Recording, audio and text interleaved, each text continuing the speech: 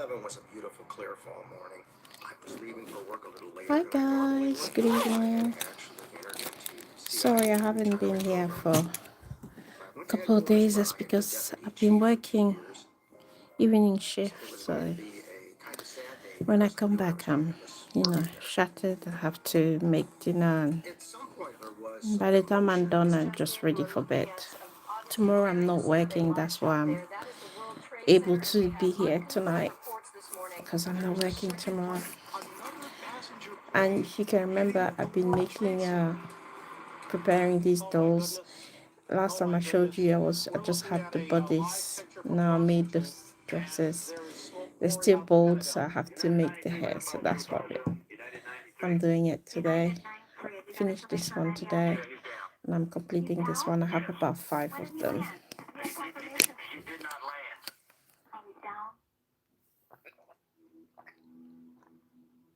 Everyone assumed it was Al Qaeda. As I say, FBI, the U.S. military, because there really weren't any groups that would have that kind of organization. So yeah. And that ability to plan something and carry something of that scale out against America. So I have like 5 of them. I have 1, 2, it's all bold. 3, 4, that's complete. Almost. I have to do the eye highlight. And then 5. And he said, I can't think of anyone in the agency who's better prepared. You've worked it for years. I said, of course I'll go. I mean, everybody in America wants to strike back at these terrorists. And you're telling me I get to lead the attack? Yes. My wife, she was unhappy. She said, you're retiring. You're 59 years old. Why are you doing this? There was a picture in the Washington Post of a fireman in New York. Just his face in his dress uniform and tears running down his face because he was at a funeral. And I just held it up to her and I said, that's why I'm going. And I said, I can't not. So I have like a market sale in April on the 4th. So I'm like really running short out of time to get all these dolls done. So I have to crochet all their hair. So yeah, I hope you guys been okay, and hope you didn't miss me too much because I've been off for a couple of days now, just working. I don't like when I do late shift because it just makes me tired.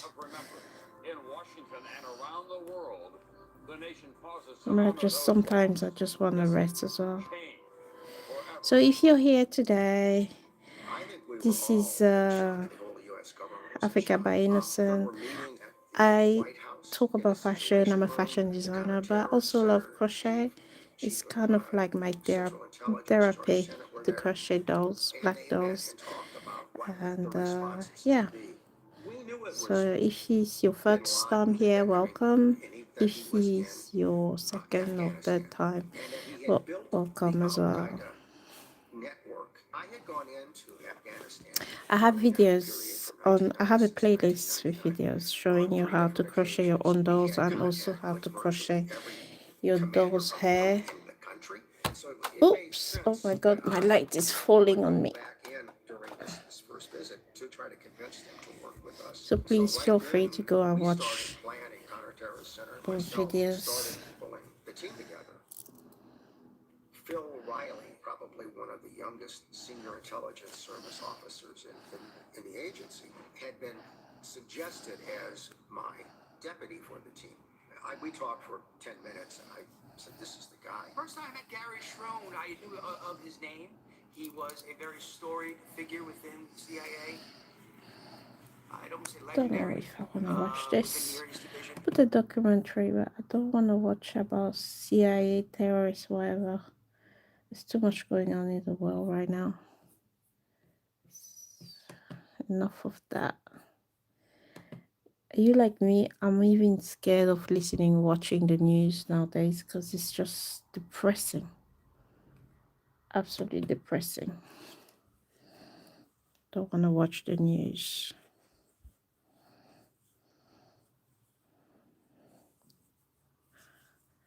I rather just listen to music, zoom out.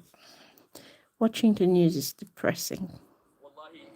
It's been depressing since 2020.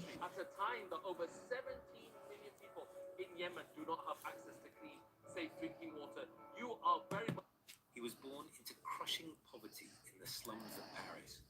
His mother washed clothes for pennies, So yeah. permanently stained and cracked from lye and cold water. His father hammered metal Hello, in a evening grimy everyone. workshop, Welcome. barely enough to feed 6 children. At age 10, when other children from wealthy families sat in classrooms learning Latin and mathematics, Louis-François Cartier was sent to work 15 hours a day in a jewelry workshop where the foreman kept a whip hanging on the wall as a reminder of who held power. You would think a boy who started life as the son of a washerwoman, denied education, beaten for mistakes, could never build anything remotely connected to luxury or prestige, right? Well, Louis-François There's a Cartier video on my would go on to channel create playlist jewelry where I show you that would how to dress kings and crochet emperors across 3 your doll's continents. hair His afro company to would get become this so afro legendary effect that on King your doll Edward hair. VII So of England please go and watch proclaimed those Cartier videos the jeweler of kings if you would and like the to king learn. of jewelers. The brand would If create you the are most interested iconic buying a wristwatch set, designs in history. just go onto It would my pioneer the use of platinum Etsy. in jewelry. The It link would is in become the my supplier of choice for channel Russian bio as well. tsars, Indian maharajas, and American industrial titans. And Louis Francois did it all, starting from a tiny workshop on a back street in Paris, with nothing but ambition and an eye for beauty that poverty could not extinguish. By the time Louis Francois died in 1904, his name adorned jewelry that graced the necks and wrists of the most powerful people on earth. Today, Cartier operates over 200 stores in 125 countries, with annual revenue exceeding $6 billion and a brand valuation of over $12 billion. Not bad for a washerwoman's son. So how did this poor French boy become the founder of a luxury empire worth billions? How did someone born with absolutely nothing create something that would outlive him by over a century? To find out, we have to go back to December 2nd, 1819. Louis-François Cartier was born in the Marais district of Paris, a neighborhood that in 1819 was about as far from luxury as you could imagine. The streets were overcrowded, disease-ridden, and desperately poor. Cholera and typhus spread through cramped tenements with terrifying regularity. His father, Pierre Cartier, worked as a metal worker, one of thousands in Paris scraping by on meager wages. The work was brutal and the pay worse.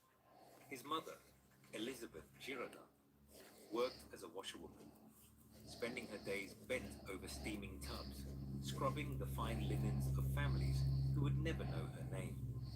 Her hands were perpetually raw, the skin cracked and bleeding from harsh lye soap and freezing water. Young Louis Francois was one of 6 children crammed into a single room where the entire family slept, ate, and lived. Money was so tight that basics like adequate food and warm clothing were luxuries. Going to bed hungry was normal. Winter was particularly brutal. With no money for proper heating, the family huddled together for warmth, burning whatever scraps they could scavenge. But here is what made young Louis Francois different.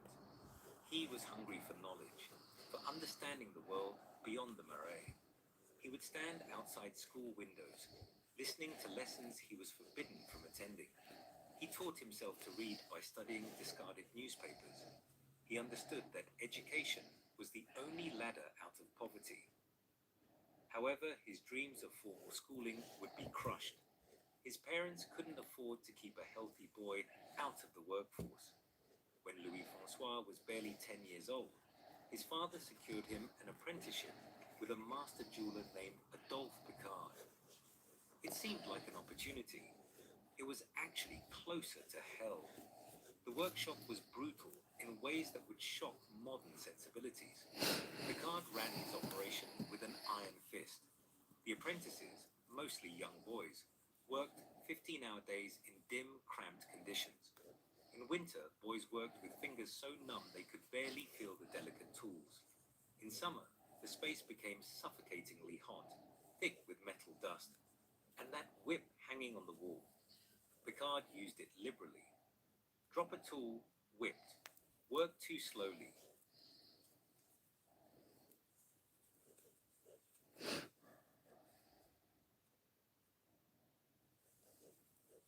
What's going on? Whipped. Many boys broke under these conditions, but Louis-Francois possessed something that poverty couldn't steal and cruelty couldn't break. An extraordinary eye for beauty and an iron will to survive. While other apprentices simply tried to survive each grueling day, Louis-Francois studied everything.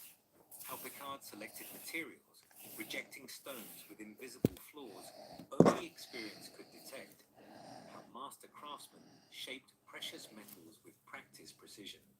The delicate art of setting stones, where a fraction of a millimeter meant the difference between beauty and mediocrity. The years crawled by. 15-hour days turned into weeks, months, years. While wealthy boys his age were finishing their education, Louis-Francois was bent over a workbench, his eyes straining in poor light. Every indignity was teaching him the jewelry trade.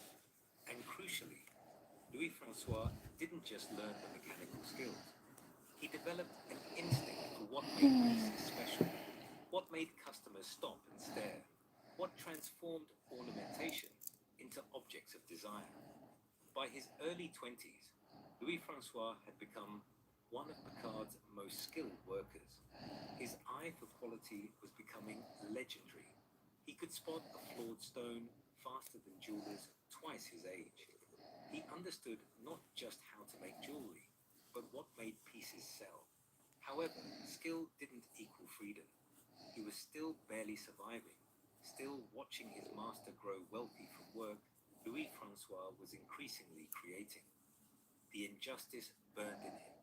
He was making beautiful things for beautiful people, creating objects worth more than his family would earn in a lifetime. And he was still going hungry. In February 1840, at 20 years old, Louis-Francois married Antoinette Guermont-Pré. A year later, their first child, Alfred, was born. Now he had real mouths to feed, a family depending on him. The pressure was crushing. He was making money for Picard, creating pieces that sold for substantial sums. But his own family was struggling in the same tenements, facing the same desperate poverty he had known as a child. The years from 1840 to 1847 were grinding. Louis-Francois worked himself nearly to exhaustion, trying to save every possible franc. He watched other apprentices give up and settle into lives of quiet desperation.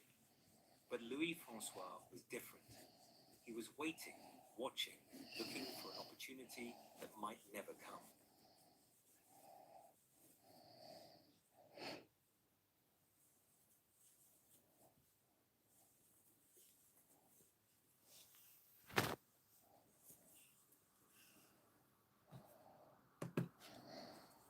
But then, in 1847, something remarkable would happen. Something that would change everything. Something that would require Louis-Francois to bet everything he had spent years saving, to risk his family's future on one impossible gamble. But then, in 1847, something remarkable happened. Something that would change everything. Adolphe Picard, now aging and increasingly tired of the demands of running a workshop, made Louis-Francois an offer. He could take over the workshop on Rue Montorgueil. The building, the tools, the clientele, the Picard name and reputation. Everything Picard had spent decades building. It was not a gift. It was a business transaction. Picard wanted money for his retirement. Louis-Francois would need to purchase the workshop outright. And at 27 years old, with 2 young children, another on the way, and virtually no savings, Despite years of brutal work, this seemed impossible. The asking price was more money than Louis Francois had ever handled in his life. Most men in his position would have laughed at the idea. They would have declined politely, played it safe, and continued working for wages until someone wealthier, someone with family money or investors, seized the opportunity. Louis-François Cartier faced a choice that would define not just his life, but the lives of generations to come. He could play it safe, continue as a skilled worker, and maybe eventually save enough to open a small workshop of his own in 20 or 30 years. Or he could bet everything on himself right now, risk complete financial ruin, and potentially drag his young family into even deeper poverty if he failed. On that day in 1847, he took the biggest gamble of his life. Somehow, through a combination of savings, loans from family, and possibly borrowing against future earnings, Louis-François scraped together enough money to meet Picard's asking price. The details of exactly how he financed this transaction are lost to history. What we do know is that it required him to leverage everything he had, everything his wife had, likely putting the family in debt that would take years to repay, even if the business succeeded. And with that purchase came a decision that was equally bold. He didn't keep Picard's name. He didn't maintain the established brand that customers already knew and trusted. Instead, Louis-François put his own name above the door. A new sign, freshly painted, Maison Cartier. Think about the audacity of that for a moment. A former apprentice, a man who had been whipped as a boy, whose mother still washed clothes for survival, was declaring to the luxury market of Paris that his name, the Cartier name, was worthy of standing alongside established houses that had served aristocrats for generations. The first months would be absolutely terrifying. Every morning, Louis-François would wake up with the weight of his decision crushing down on him. He had a workshop, yes, but he also had massive debt. He had freedom, yes, but he also had the very real possibility of failure staring him in the face every single day. And the competition was fierce. Paris in the late 1840s had dozens of established jewelry houses. Pabst served the royal family. Sauvignon had wealthy clients across Europe. Imagine being able to build an app with your name on it, just by thinking about it. Meet Base 44. Boucheron was building a reputation for innovative design. These were not just competitors. They were institutions, backed by decades of aristocratic patronage and seemingly limitless capital. Cartier was just some upstart on Rue Montorgueil, run by a former apprentice who had been born in the Marais slums. Who was going to trust their expensive jewelry purchases to him? Louis-François immediately began to transform the business, driven by desperation as much as vision. Where Picard had been conservative, creating only traditional pieces that he knew would sell, Louis-François experimented. He introduced what he called imaginative jewelry, alongside the standard watchmaking work. He began stocking fashion and novelty items, pieces that pushed boundaries, that caught the eye, that made customers stop and look, even if they had not planned to enter the shop. His philosophy was simple but radical. Make the workshop more attractive to clients. Give them things they could not find anywhere else. Create beauty they did not know they needed until they saw it. The early years would be a brutal grind. Some months, the revenue barely covered expenses. Louis-François worked 18 to 20-hour days. He was craftsman, salesman, bookkeeper, everything. His wife Antoinette helped however she could, managing the household finances with impossible frugality, making every franc stretch impossibly far. They lived in constant fear that one bad month, one major client choosing a competitor, or one expensive mistake would destroy everything they had built. However, Louis-François had something his established competitors did not fully appreciate and could not easily replicate: an uncanny ability to spot quality, combined with a deep understanding of what made luxury goods actually luxurious. Even though he could not afford to manufacture every piece himself yet, his discerning eye for craftsmanship meant that everything bearing the Cartier name met extraordinary standards. He refused to compromise. If a piece did not meet his vision of perfection, it did not sell under his name, even if that meant losing a sale he desperately needed. Customers started to notice this uncompromising commitment to quality. Word began to spread through Paris's artistic and intellectual circles. This new jeweler Cartier, whoever he was, had an eye. His pieces had something the established houses sometimes lacked: a kind of refined restraint, an elegance that did not scream wealth but rather whispered it. Yet for several years, success was more promise than reality.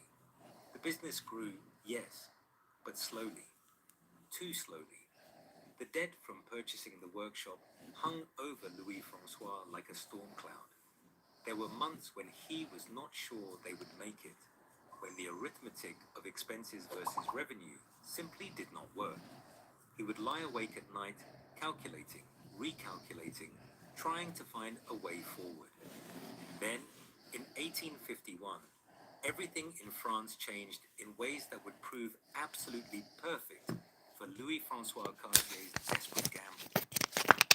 Napoleon III seized power in a coup, ending years of political turmoil that had made wealthy Parisians nervous about spending money on luxuries. Suddenly, stability returned. More than that, Napoleon III had grand visions for Paris. The city would undergo massive reconstruction under Baron Haussmann's ambitious urban planning. Medieval streets were demolished to make way for grand boulevards. New buildings rose, designed to showcase wealth and power. The elite, feeling secure again, returned to lavish parties, balls, celebrations. The entire mood of the city shifted from nervous restraint to exuberant display. The market for luxury goods did not just grow, it exploded. Wealthy families who had been quietly hoarding their money suddenly wanted to spend it, to show it off, to demonstrate their status through the most visible means possible: jewelry, fashion, art, opulence. For someone positioned in the right place at the right time, this was an opportunity of a lifetime.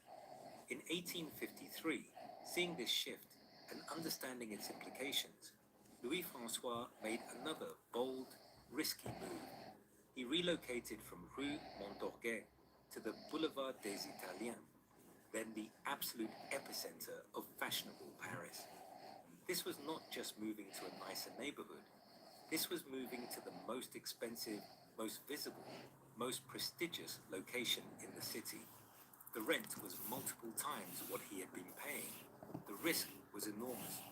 If he could not attract enough high-end clients to justify the astronomical costs, he would be ruined. But Louis-François understood something crucial. In the luxury business, location isn't just about convenience. It's about perception. Being on the Boulevard des Italiens sent a message that Cartier belonged among the elite, that this was a serious house, worthy of aristocratic patronage. It was a declaration of intent, a bet that he could succeed at the highest levels.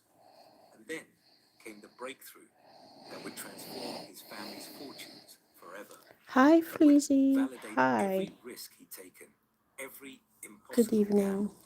In 1856, Princess Mathilde, the cousin of Emperor Napoleon III himself, walked into Cartier and made a purchase. One purchase. That was all it took. You see, in Paris in the 1850s, aristocratic endorsement was everything. When Princess Mathilde became a Cartier client, she didn't just buy jewelry. She gave Cartier her implicit seal of approval. Other members of the royal court noticed. If it was good enough for the emperor's cousin, it was certainly good enough for them. By 1859, Louis-François moved again. This time, to an even more prestigious location. But more importantly, Empress Eugenie herself, the wife of Napoleon III, became a Cartier client. The same boy who had been born to a washerwoman was now creating jewelry for the Empress of France. This is where Louis Francois showed his genius for relationship building. He became friends with Charles Frederick Worth, the legendary fashion designer who was revolutionizing haute couture. Worth allowed Cartier to display pieces in his showroom window, giving Cartier access to European aristocrats and visiting American heiresses. It was brilliant cross-marketing before the concept even existed. However, just when everything seemed to be working perfectly, when Louis Francois had finally built something stable and profitable, France would face its darkest hour, and Cartier would face an existential threat. Did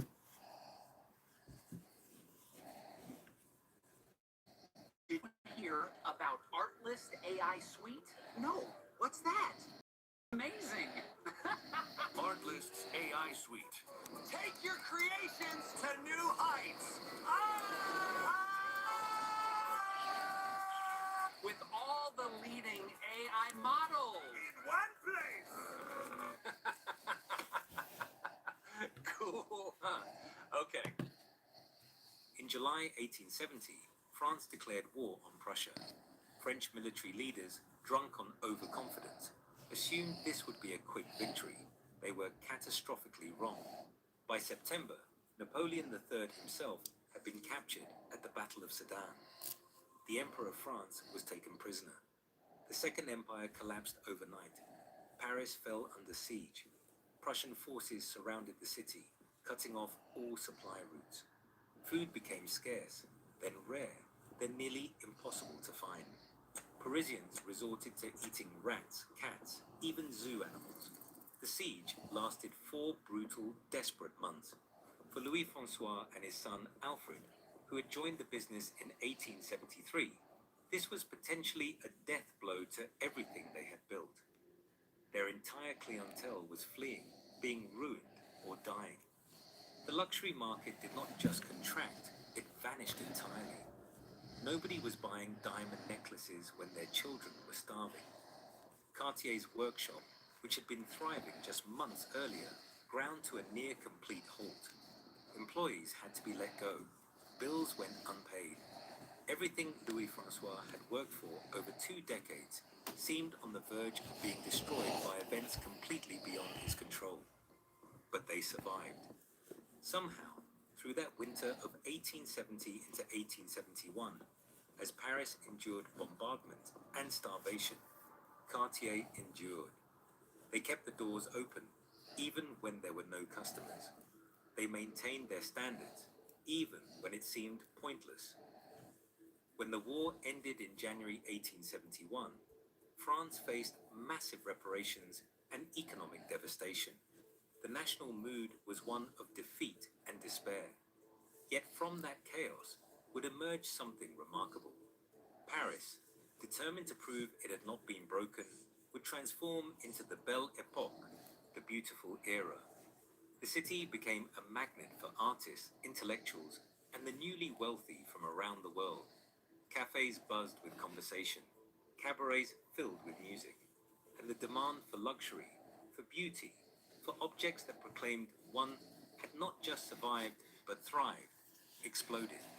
In 1874, Louis Francois officially handed control of the business to his son, Alfred.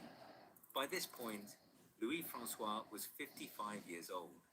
He had transformed a small workshop on a back street into a respected jewelry house serving the elite of Paris. But the real explosion of Cartier's global success, that would come from the next generation.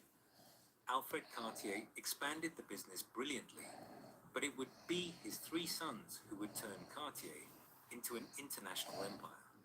Louis, Pierre, and Jacques Cartier, the grandsons of that poor boy from the Marais, would establish branches in London, New York, and Paris, creating a truly global success and a luxury brand that stretched around the world.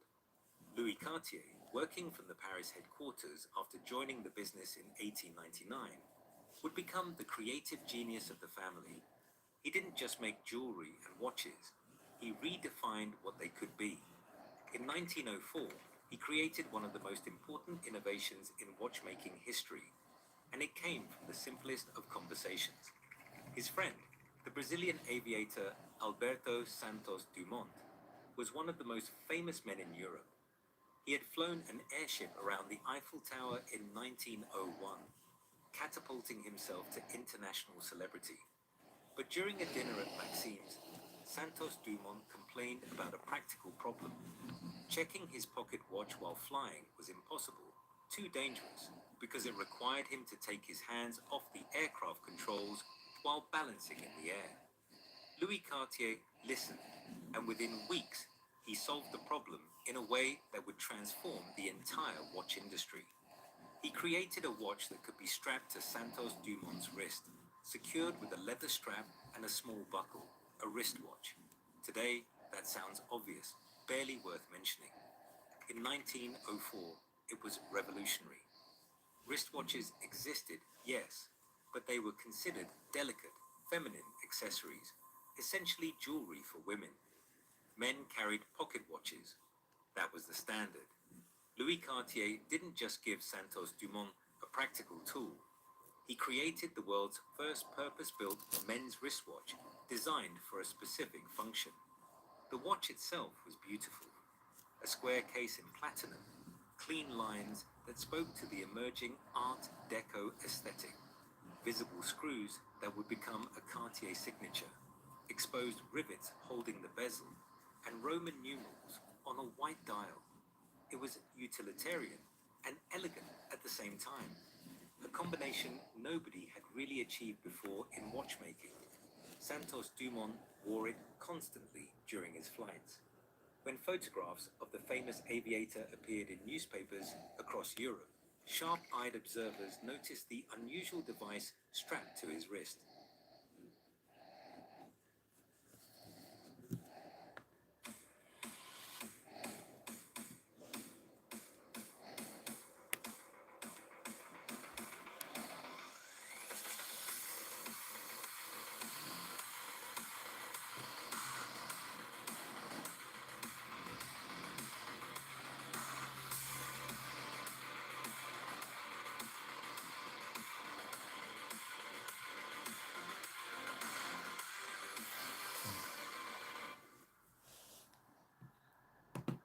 People asked, "What is that?"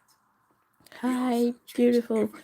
Hello, For Anna. 7 years, Good Santos evening. Dumont had Hi. the privilege of being the only person wearing this revolutionary design. Happy to have you Then, in here. 1911, Sorry, I'm Louis like made the so Santos tired watch today. available to the public. All this week I've The been response doing was evening immediate shifts, and so overwhelming. that's Within why I months, haven't been here for the Santos past became couple of the days in the must-have evening because when I come timepiece back I'm for modern tired men who wanted after to doing project everything. an image of contemporary I'm sophistication. not working tomorrow, But so Louis that's why Cartier wasn't done I have like this revolutionizing opportunity to be here watchmaking. today because I know I don't Not have to even wake up close. During uh, World War I, too as he early watched the tomorrow and go devastating to work. conflict unfold from his Paris So, workshop, he found inspiration in the most unlikely place. The so I Renault have the opportunity to be FT-17 here tanks today. So rolling I'm so across glad you Western guys are France. here. These armored vehicles represented the future of warfare. Modern killing It machines would be with nice if you rotating could tell turrets me when you and an where you're angular watching rudderless from, design. Most which people saw horror country. in those tanks. I am in the Louis UK, Cartier saw beauty. so In 1917, yeah. right in the middle of the war, Louis created a watch with a rectangular case that, seen from above, looked exactly like a tank. The brancard, the vertical bars flanking the dial, represented the tank treads. The case mimicked the machine's hull. He called it, with perfect simplicity, the tank.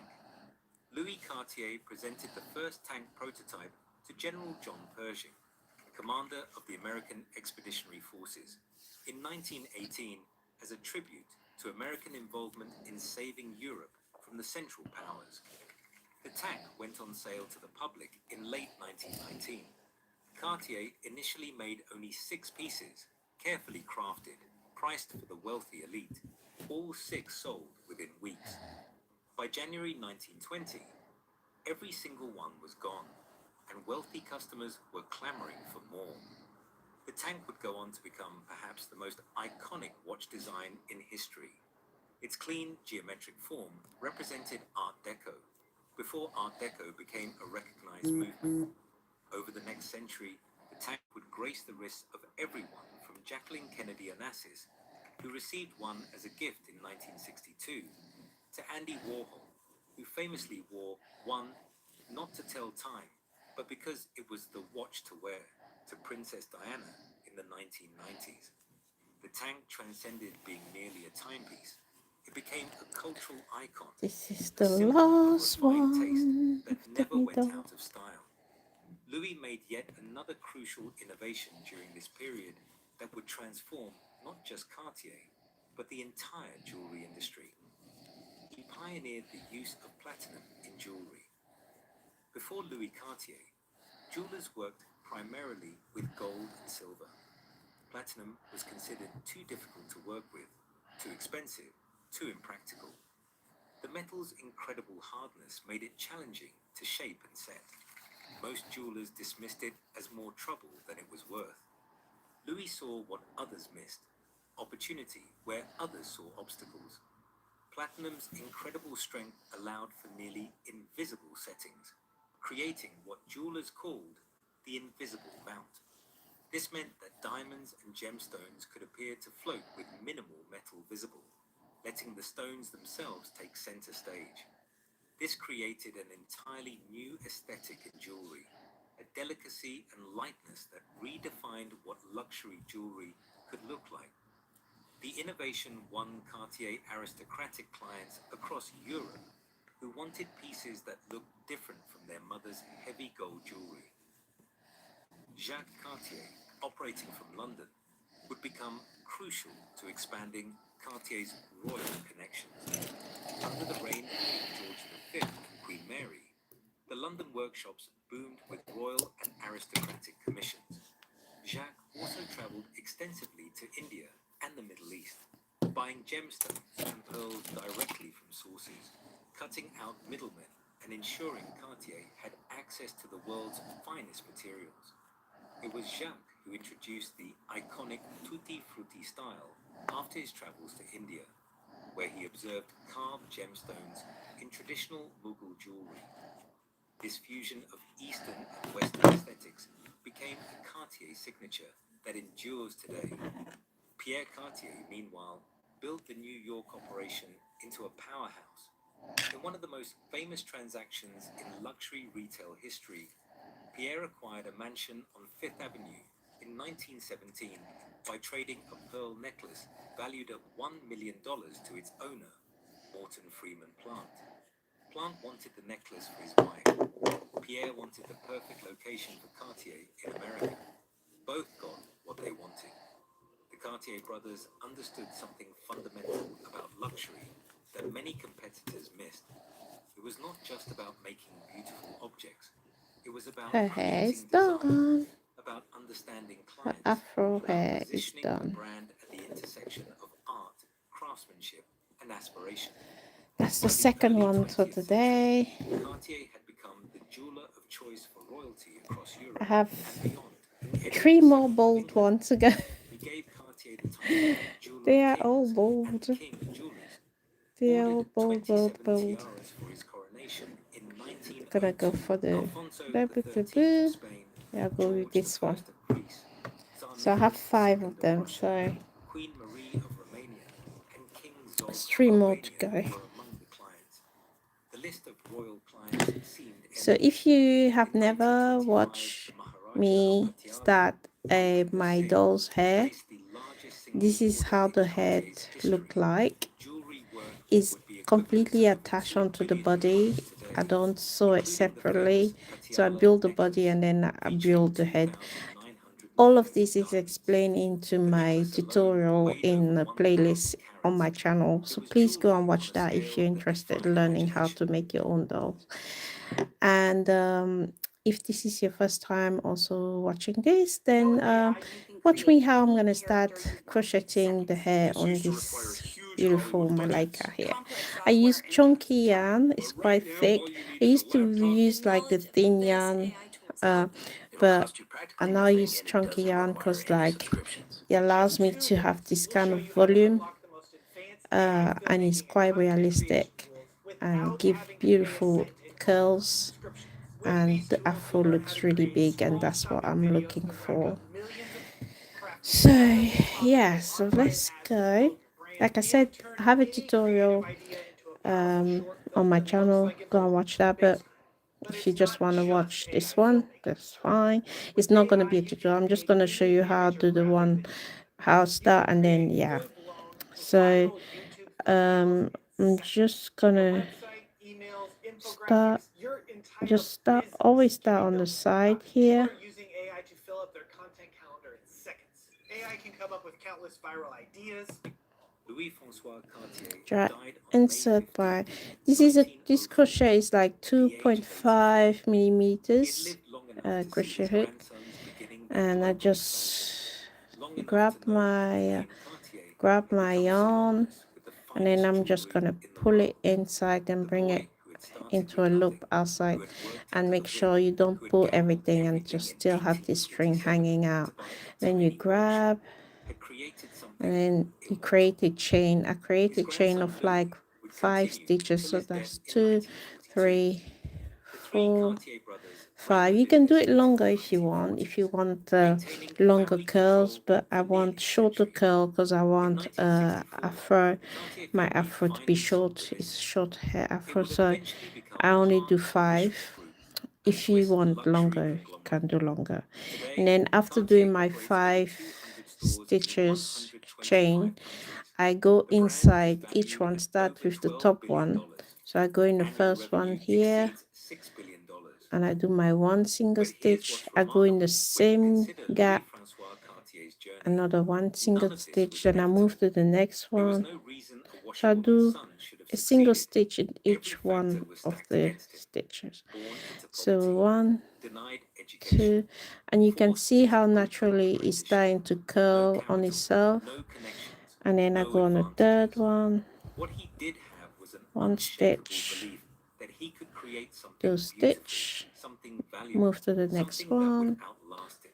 1, He had the courage to risk everything when the opportunity 2, came, and he the had an eye next for one, excellence that poverty had never dimmed. 1, Louis-François Cartier proved that 2, luxury and isn't then about move to where you the start, very final it's last one about at the the root, standards you set, the quality you demand, the vision you pursue 1, and relentlessly, then even when every rational voice says you should 2. quit. And His here we story are, is we have our proof that in business, first in curl. art, in You can any see field, how it just curl pedigree on matters itself far less than naturally. passion. And this is our Connections matter first far afro less than curl. competence. And I'm And a just gonna go privileged ahead ethic and do that matters far less all than an over the head unshakable to determination have this to create beautiful something exceptional. afro. Today, when someone Yeah. buys a Cartier watch or piece of jewelry, they are not just buying precious metals and stones. They are buying into a legacy that started with a 10-year-old boy working under a whip who refused to let his circumstances define his limits. They are buying into the dream of Louis-François Cartier, the poor French boy who looked at a tiny workshop on a back street and saw the foundation of an empire. And that empire, built on beauty, craftsmanship, and impossible odds overcome, continues to set the standard for luxury over 175 years later.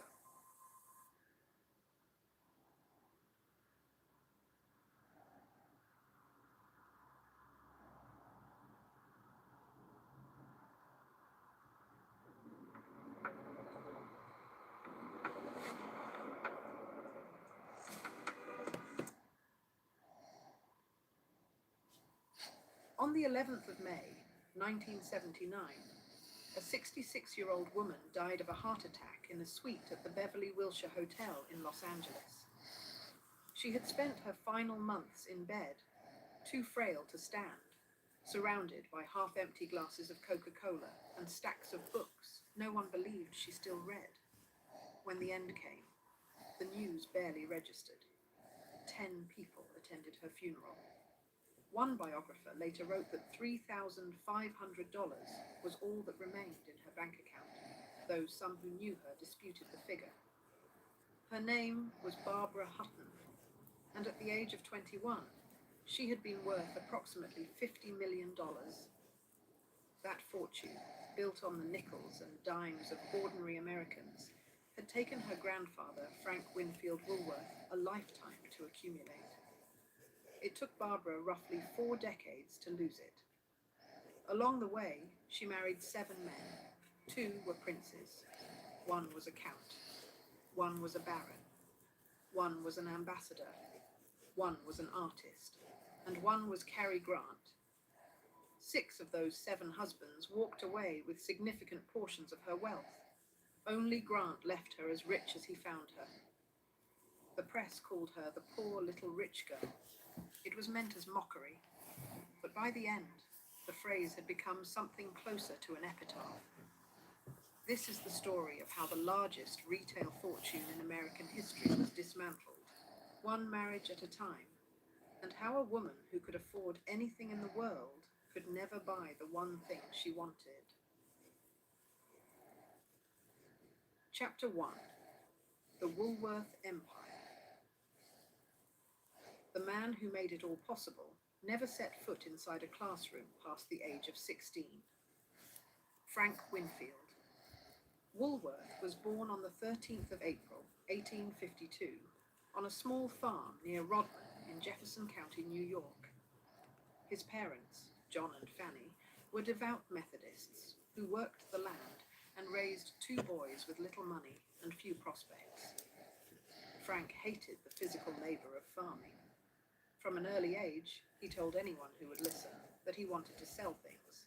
His first real chance came in 1873, when he talked his way into an unpaid apprenticeship at Augsbury and Moore, a dry goods store in the nearby town of Watertown. He was, by most accounts, a terrible salesman, awkward with customers, unable to haggle, and eventually given a pay cut when business slowed down. But he noticed something the more experienced clerks had missed. Goods sat locked behind counters and stashed in drawers. Customers had to ask permission just to look at merchandise. Woolworth believed this was backwards. He thought goods should sell themselves. Hello, In Lena. 1878, he got his opportunity. The store had a surplus of slow-moving inventory, and Woolworth convinced his boss to let him arrange it on a counter where customers could browse and handle the products freely. Everything was priced at 5 cents. The items sold faster than anyone expected. Woolworth saw his future. He borrowed $300 and opened his own 5-cent store in Utica, New York, in February of 1879.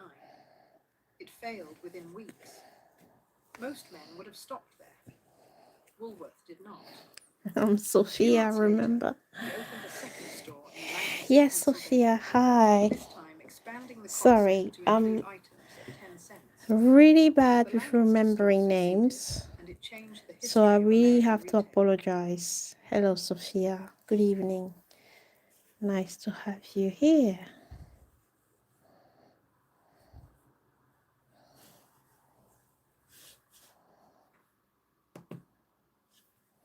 The idea was deceptively simple.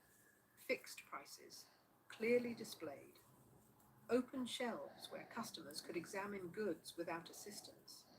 Merchandise purchased directly from manufacturers in bulk, eliminating the middleman. What Woolworth lacked in charm, he compensated with How are relentless you? efficiency. I'm good. He I'm demanded good, low thank you. wholesale How are prices, you? paid cash Did on you have a delivery, nice day? and maintained iron control over every aspect of his stores. By 1889, he had 12 thriving locations. By 1900, there were 59. By 1911, when he merged with 4 rival chains to form the F.W. Woolworth Company, the combined operation ran 596 stores across every state in the country. But Frank Woolworth wanted more than retail dominance. He wanted a monument. The Metropolitan Life Insurance Company had recently completed a 700-foot tower I on Madison I'm Square. good. Okay, making it the nice to tallest nice to building in know. the It's world. good to know you're good. Woolworth had reportedly But been you're denied a doing loan well. by Metropolitan Life earlier in his career, and the slight had never left him. He told his architect, Cass Gilbert, to make his building 50 feet taller than the Metropolitan Tower. Gilbert delivered. The Woolworth Building, a neo-Gothic structure at 233 Broadway in Lower Manhattan, rose 792 feet into the sky. Woolworth paid the entire $13.5 million construction cost in cash. On opening night in April of 1913, President Woodrow Wilson pressed a button in Washington that illuminated 80,000 light bulbs across the facade. The building made Woolworth famous, but high society in New York still viewed him as a shopkeeper. The old money families of Fifth Avenue refused to accept a man who had made his fortune selling penny goods to the working class.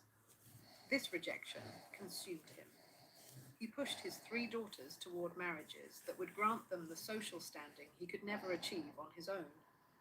He refused to see a dentist despite severe tooth pain, a stubbornness that proved fatal.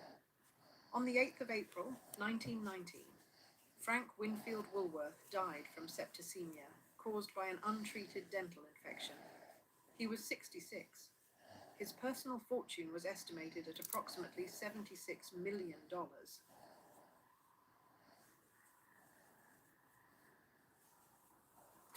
Excuse me, sir. How old I were you when love you made I your love first your million? knitting. Thank We're trying to get you. advice for the younger Thank you generation. so I got my much. first million last year, actually. What line of work are you in?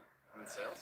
Okay, what's the best advice Thank you you can so give someone much. that's in sales? You're only as good as your sales reps and your CRM. What CRM do you use? We used to use I've one of the been old legacy crocheting. I CRMs, don't know but it if just you've didn't give us been. You the remember speed and last week agility when I that we was needed. crocheting So this then we switched doll? to They Monday didn't have CRM, and like sales started flying. Why is the CRM so important? dresses, and Well, now no they have specific CRM can dresses, make you a but they're millionaire, bold. but if you want to move fast in today's world, you Yeah, need I a made CRM like that doesn't 5. hold you So back. there's Monday CRM I propels made you these 2, forward. completely Instead of these spending 2 today. time They all messing have around with hair old systems, you with can their invest dresses. in relationships So and I'm cultivate styling the leads that and one closing now. deals. One last piece of advice for our viewers. Those Make sure you ones have the I've right done tools for your them journey. If not, beforehand. stop So now, find the right CRM. I For have a me, that's market Monday CRM. sale in And move April. forward, So and nothing can at the stop you. beginning of Thank you very April. much, So sir. that's why problem. I'm working so hard to get it ready. So I have something to sell.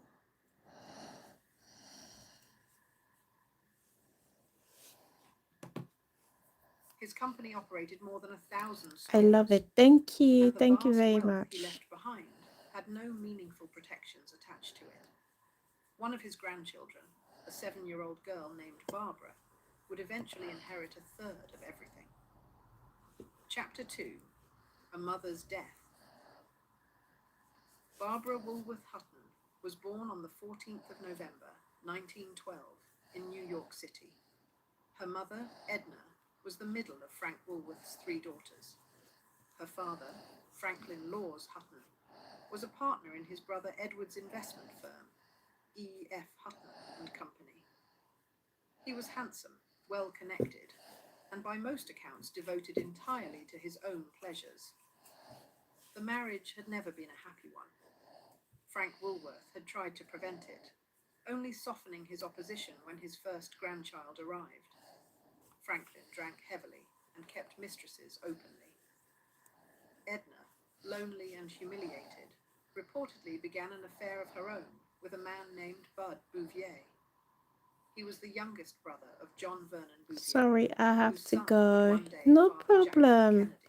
It's good. The Thank you household so on the much for Upper being East Side here. I'm gonna was be once leaving wealthy, myself soon. silence, I'm gonna and be mutual leaving like in betrayal. 6 minutes Barbara because I spent only her come here earliest for years like in the an care of hour. nurses and I don't governesses who stay came more and than went. an hour because Her parents otherwise were rarely present in the I'll same be room, too tired. and when they So were, the thank you for atmosphere being was here, frigid. Sophia. On the 2nd of May, And 1917, I'll see you 4-year-old hopefully Barbara I'll found see you her mother's tomorrow. body. Have Edna a good Woolworth night. Hutton was dead at 33. The official cause was suffocation due to mastoiditis, an infection of the air cells in the skull behind the ear. The coroner decided no autopsy was necessary, but the explanation satisfied almost no one. Persistent rumours held that Edna had taken poison after discovering yet another of her husband's affairs. According to biographer C. David Heyman, the family reportedly paid off city officials to prevent any formal investigation. The press reported that a maid had discovered the body. Heyman wrote that it was Barbara. What a 4-year-old child understood about what she had seen is impossible to know. What is clear is that the event fractured her life in two. Everything that came after, the failed marriages, the desperate generosity, the inability to trust anyone who claimed to love her, traced a line back to that morning. Franklin Hutton did not step into the role his wife's death had left vacant. He continued to drink, continued his affairs, and showed little interest in raising a daughter. For a time, Barbara lived with her Aunt Marjorie Merriweather Post, the serial heiress who had married Franklin's brother Edward. Marjorie's daughter, a girl named Nedaniah, who would later become the actress Dinah Merrill, recalled Barbara staying with them after the abandonment by her father. But the arrangement did not last. Barbara was sent to her grandparents' estate on Long Island.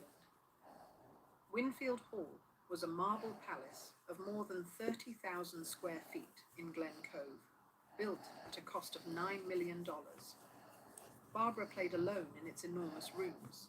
She dined formally, in silence, in a Georgian dining room designed for banquets. Her grandmother, Jenny, suffered from what her doctors described as a pre-senile condition. She spent her days in a white wicker rocking chair under the watch of a medical attendant, unable to hold a conversation. In June of 1918, Frank Woolworth petitioned the courts to have his wife declared mentally incompetent. He was himself declining, paranoid, melancholy, increasingly withdrawn. But he was kind to Barbara. He called her princess and surrounded her with every material comfort he could provide. She later wrote of him with rare affection, remembering that he was always a little eccentric, but sweet to her. When Frank Woolworth died in April of 1919, Barbara lost the only adult who had shown her sustained warmth. She was 6 years old. From that point on, she was shuffled between relatives, none of whom wanted the full burden of raising her. She attended Miss Hewitt's classes in Manhattan, and later Miss Porter's school in Farmington, Connecticut. She was an introverted child who had almost no interaction with others her own age. Her only real companion was her first cousin, Jimmy Donahue. He was 3 years younger, the son of her aunt Jessie Woolworth Donahue, and he too had inherited a share of the Woolworth fortune. The two understood each other from the start, wealthy, neglected, and left largely to raise themselves. Jimmy would grow into a flamboyant, reckless man who drank too much, spent too freely, and died at 51 from a combination of alcohol and barbiturates. The pattern that would define Barbara's life, isolation disguised by luxury, loneliness masked by spectacle, was already taking shape before she turned 10. Chapter 3: The $1 Million Baby.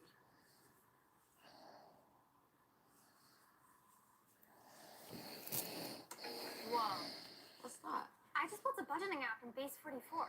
Guys, Nina just built an app. Impossible. Reading a kid code? Interesting. Can it generate reports? I can now. Nice. So you're saying we can all build apps now? Yeah. I'm on lunch. I gotta make a I'll call. be in my office. Just built an inventory tracker. Protein calculator. Look there an app. In 1924, Barbara's grandmother, Jenny Woolworth, died.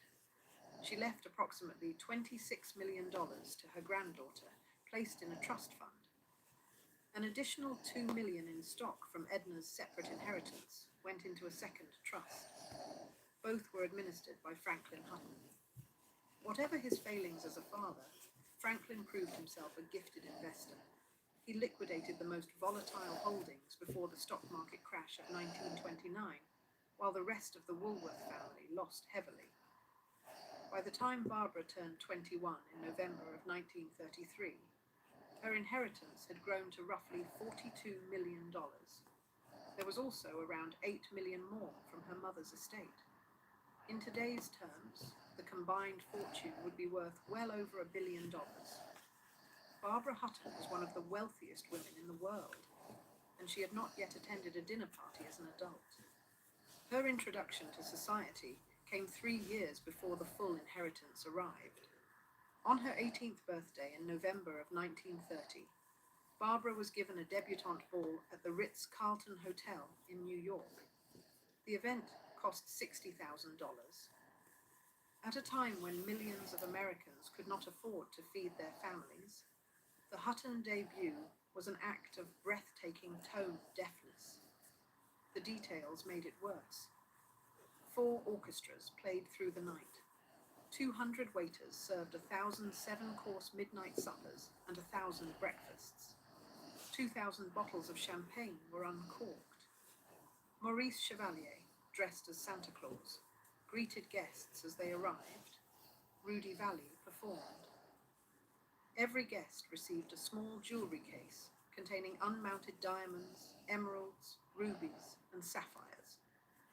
Members of the Astor and Rockefeller families mingled on the dance floor while, outside, bread lines stretched around city blocks. The backlash was immediate and savage. Newspapers ran the cost of the party beside photographs of soup kitchens. Columnists attacked Barbara personally, as though she had chosen the spectacle rather than merely been its centerpiece. She was 18 and had spent most of her life in boarding schools. She had planned none of it, but the public did not care about the distinction between a young woman and the machinery of wealth that surrounded her. It was during this period that the press began calling her the poor little rich girl. The phrase was not new. Noel Coward had written a song with that title in 1925, and Mary Pickford had starred in a film by the same name in 1917. But the labels stuck to Barbara with a cruelty that would follow her for the rest of her life. Songwriters joined in. Harry Warren composed a tune called I Found $1 Million Baby in a 5 and 10 cent store, with lyrics by Billy Rose and Mort Dixon. It became a hit in 1931, and everyone understood who it was about. The poet Ogden Nash also turned her life into light verse, treating her misfortune as public entertainment. Franklin Hutton sent his daughter to Europe to escape the onslaught. It was meant as a temporary retreat. In a sense, Barbara never came back. She would spend most of the next 5 decades living abroad, moving between London, Paris, Venice, Tangier, and a dozen other cities, always at a distance from the country My that had 1 made her hour grandfather rich and then turned on her has for inheriting the arrived. result.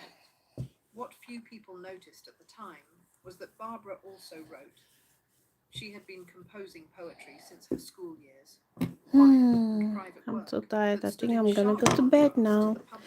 I'll I'll continue this tomorrow. In 1934, she privately published Continue a tomorrow. verse called The Bald head. Enchanted, I have heard and 2 more to go, printed in a limited edition of 200 and copies. I've completed The these second 2 collection, today. The Their hair. followed in So yeah, 1957. She distributed both volumes only to I'll finish families this and one close tomorrow. friends. I'm gonna go to Decades bed later, now. at her Thank you funeral, for the watching. actor Cliff Thank you Robertson everyone read for one of her being poems here, aloud. and I'll see you It was one of the tomorrow. few moments in Barbara Hutton's Take care. public If you life want to when watch she was recognized full for video something she had tutorial how actually to chosen to crochet create. your doll's hair and everything, Chapter go 4. onto my The playlist onto my marrying of the channel, Divines.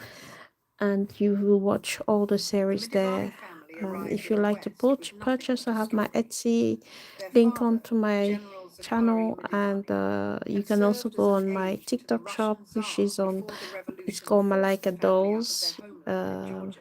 Malaika The spell 5 children, 3 brothers and 2 sisters, MALIKA fled to Dolls on France and TikTok. then to the United States Alright, thank after you. the Good Soviet night. invasion of Bye bye. 1921. In Georgia, they had held the rank of Asnauri, a form of